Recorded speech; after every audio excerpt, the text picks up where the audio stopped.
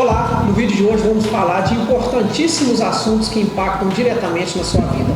Reforma trabalhista, relação patrão-funcionário-justiça, direitos de família, divórcio, contratos de relacionamento, regime de bens e pensão alimentícia. E vamos falar também da recente reforma da Previdência Social. Formada pela Unipitã de São João del Rei, com escritório em São Brás do Suaçuí e Entre Rios de Minas, Minas Gerais, eu converso hoje com a doutora advogada Yara Vancelotti. Seja muito bem-vinda ao canal. Reforma da Previdência Social. Realmente mudou. A aposentadoria por tempo de contribuição, a aposentadoria por idade e a aposentadoria rural. A aposentadoria por tempo de contribuição vai ser extinta. Daqui a alguns anos não vai mais existir a aposentadoria por tempo de contribuição. Quem está começando a contribuir agora não vai se aposentar por essa forma. Quem está assistindo o vídeo vai parar de contribuir. Não, quem já está próximo de se aposentar, aí vai entrar nas regras de transição, que é exatamente para quem está próximo de se aposentar não ter essa frustração. Eu estava próximo e agora não vou me aposentar mais. As regras de transição, elas aumentam um pouquinho sim o tempo de contribuição ou exigem a idade um pouco maior, mas não tanto quanto lá o objetivo final, o que prevê a reforma. Na aposentadoria por idade, antes da reforma, o homem se aposentava com 65 anos de idade e 15 anos de contribuição. A mulher com 60 anos de idade e 15 anos de contribuição. Após a reforma da Previdência, o homem vai se aposentar com 65 anos de idade, então a idade não alterou, mas ele vai precisar de no mínimo 20 anos de contribuição. A mulher, por sua vez, ela vai precisar ter no mínimo 62 anos de idade. Então passou aqui de 60 anos para 62 e 15 anos de contribuição. Por fim, na aposentadoria rural não teve alteração com a reforma. Então, permanece o homem com o requisito de 60 anos de idade, a mulher 55 anos de idade, e tanto o homem quanto a mulher precisam ter 15 anos de atividade rural, pelo menos. Você que é da zona rural, você que trabalha no sítio, na fazenda, não teve alteração. 15 anos comprovados que trabalha no meio rural. Isso. E aposenta com? Homem com 60 anos, mulher 55 anos. Direitos de família. A pessoa que sai de casa, ela perde o direito à casa? Em regra, não. O Código Civil prevê a usucapião familiar. Traz alguns requisitos em que, se um do casal sair de casa, vai haver a perda do direito à casa, mas a lei traz requisitos. Quais são? A pessoa tem que ter abandonado o lar durante o prazo de 2 anos, essa pessoa não voltou, e aí, atentando-se a demais requisitos que a lei traz, pode sim a pessoa que ficou no imóvel ter direito a ficar integralmente com aquele bem. Mas aqui a lei fala em abandono do lar. Na justiça há até uma discussão sobre o que seria esse abandono do lar. De forma, a maioria dos juízes entendem que esse abandono é quando a pessoa sai de casa, por exemplo, sem um aviso prévio, ela simplesmente some, deixa a família desamparada. Num tempo de 2 anos. 2 anos. E aí... Ou seja, numa discussão ali de casal, a mulher sai para se resguardar? Não perde direito. O casal tem a liberdade de se separar, de não ficar mais junto, e a pessoa saindo de casa, ela não perde direito nem à casa, nem nenhum outro bem. Só no caso de abandono do lar. Contrato de namoro, um assunto muito recente aí nos dias atuais. Como se dá esse contrato? Esse contrato é válido? É para namoro? Pode ser para casamento? É um acordo entre as partes? Então, a legislação reconhece o casamento e a união estável como aptas a gerar efeitos patrimoniais, que quer dizer, havendo a separação do casal, tanto no casamento quanto na união estável, um terá direito nos bens do outro, respeitados, claro, as regras do regime de bens adotado. O contrato de namoro, ele veio como uma tentativa de resguardar, de deixar claro que aquele relacionamento é um namoro e não uma união estável. Contudo, se na realidade o relacionamento tiver características de união estável, se na verdade for uma união estável, então esse contrato de namoro, ele não vai ter eficácia, porque vai prevalecer a realidade em face do que está ali no contrato. Namoro e união estável são diferentes. Na união estável, o casal tem o intuito de constituir família. Eles querem um relacionamento de marido e mulher sem a formalidade ali do casamento. Já o namoro não há essa intenção imediata, pelo menos, de constituição de família. Estão se conhecendo, namorando mesmo. Um namoro pode durar 10 anos e não ser uma união estável. Então, não tem um requisito de tempo. Vai depender mesmo da intenção do casal. Se o casal praticar o famoso morar junto, quanto tempo um tem direito bens dos outros, sem formalidade nenhuma de documento, só morar junto? Olha, a lei não determina um tempo mínimo. Vai depender da análise de caso a caso. Doutora Ara, qual foi realmente o objetivo da reforma trabalhista, o que impacta diretamente na vida do cidadão brasileiro? Ok. Inicialmente, sobre os objetivos da reforma trabalhista, nós temos que a CLT, Consolidação das Leis do Trabalho, conjunto de normas principais que regem as relações de trabalho, é bastante antiga, de 1943. Então, ao longo dos anos, foram surgindo novas relações de trabalho, novas formas de relação de trabalho.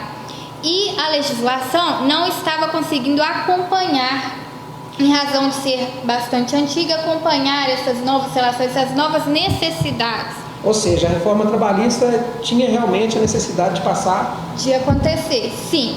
Em alguns pontos, realmente ela veio para regulamentar novas formas de trabalho. E de outra vertente também, de acordo com o governo, ela foi criada para aumentar o emprego e tirar o país da crise econômica. E isso foi feito através da flexibilização das relações de trabalho, dos contratos de trabalho, que a reforma também trouxe.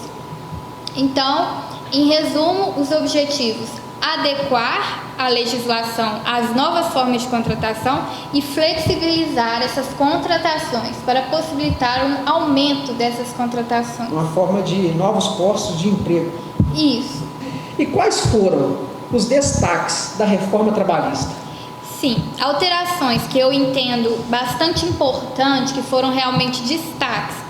Uma primeira é a possibilidade de um negociado prevalecer sobre o legislado. Eu vou explicar.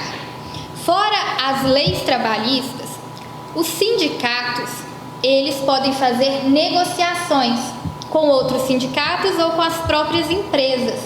E essas negociações, além das leis, vão regulamentar as relações de trabalho. Antes da reforma trabalhista, o negociado, o acordo, ele não poderia suprimir direitos, retirar direitos do trabalhador e nem diminuir, restringir esses direitos. Após a reforma trabalhista, em alguns casos, o acordo, ainda que venha a retirar direitos ou diminuir direitos dos trabalhadores, ele vai valer em face da lei. Então, a lei dispõe uma coisa, o acordo dispõe outra coisa que é mais prejudicial ao empregado, mas esse acordo vai se sobrepor à lei. Claro, está previsto um rol do que pode ser negociado e do que não pode ser negociado. Segundo destaque da reforma é o contrato de trabalho com cláusula de intermitência. Esse é um novo contrato trazido pela reforma trabalhista. O empregado, ele vai ter períodos de atividade, períodos de trabalho e períodos de inatividade, em que ele não vai trabalhar. Então, o empregador, tendo a necessidade da prestação de serviço, vai convocar o empregado e o empregado pode aceitar ou não aquela convocação. Mas se ele aceitar, Aí, qualquer das partes, empregador ou empregado, que descumprir o acordado, vai precisar pagar a outra parte uma multa de 50% do que seria devido pelaquela prestação de serviço. Antes da reforma, o tempo gasto pelo empregado de casa até o trabalho, do trabalho de volta para casa, em regra, era considerado jornada de trabalho e deveria ser pago. Após a reforma, a lei não mais obriga o pagamento desse tempo. Existe também a possibilidade hoje, com essa reforma trabalhista, do patrão fazer com o funcionário somente um contrato, não assinatura em carteira? Não, isso de forma nenhuma. A carteira obrigatoriamente precisa ser assinada num prazo, inclusive, de 5 dias, sob pena de multa para o empregador. A não assinatura da carteira de trabalho é ilegal e vai gerar aí ônus para o empregador. E essas novas regras, como podem ser aplicadas? Em regra, falando assim, é necessário analisar cada caso especificamente, mas uma regra geral é que, para os contratos que se iniciaram antes da reforma trabalhista, em 2017, os direitos, as normas que foram alteradas não se aplicam. Contudo, para aqueles que se iniciaram após a reforma, será aplicada a reforma. E tem algumas dúvidas comuns, como por exemplo, quem escolhe um mês de férias, patrão ou funcionário? O patrão tem necessidade que o funcionário fique um tempo mais de um ano vencido para férias? O patrão tem essa liberdade de escolher? Não? Como fica isso? Ok.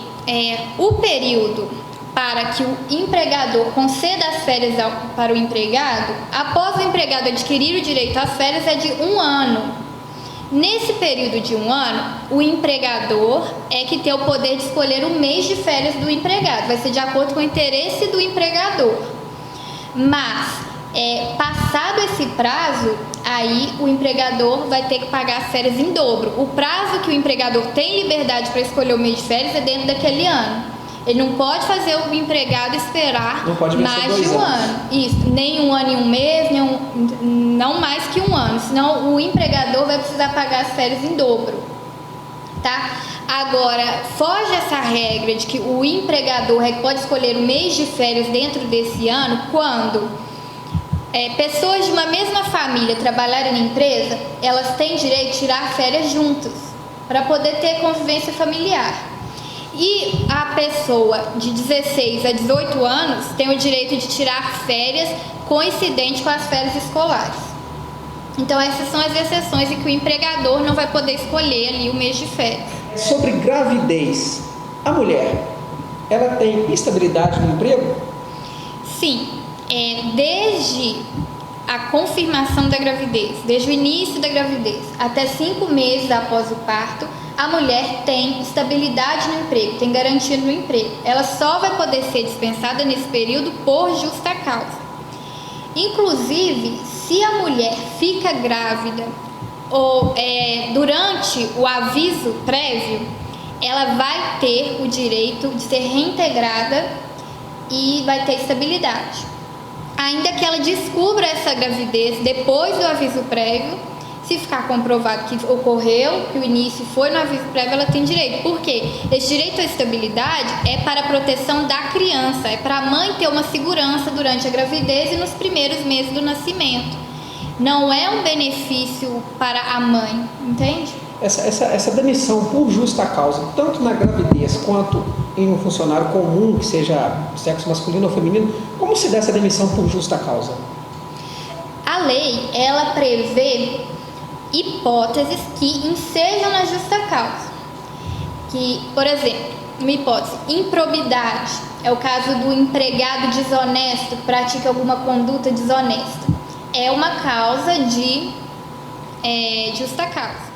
Muito bem, foi um prazer ter conversado esse bate-papo aqui com a doutora. Quero agradecer aí você que assiste o canal Bom Entretenimento. Pode dar o like, pode compartilhar, que esse assunto importa na sua vida e na vida do seu amigo, do seu vizinho, do seu irmão. Muito obrigado mais uma vez. Compartilha, deixa o like. Obrigado, doutora. Obrigada também. Te vejo no próximo vídeo.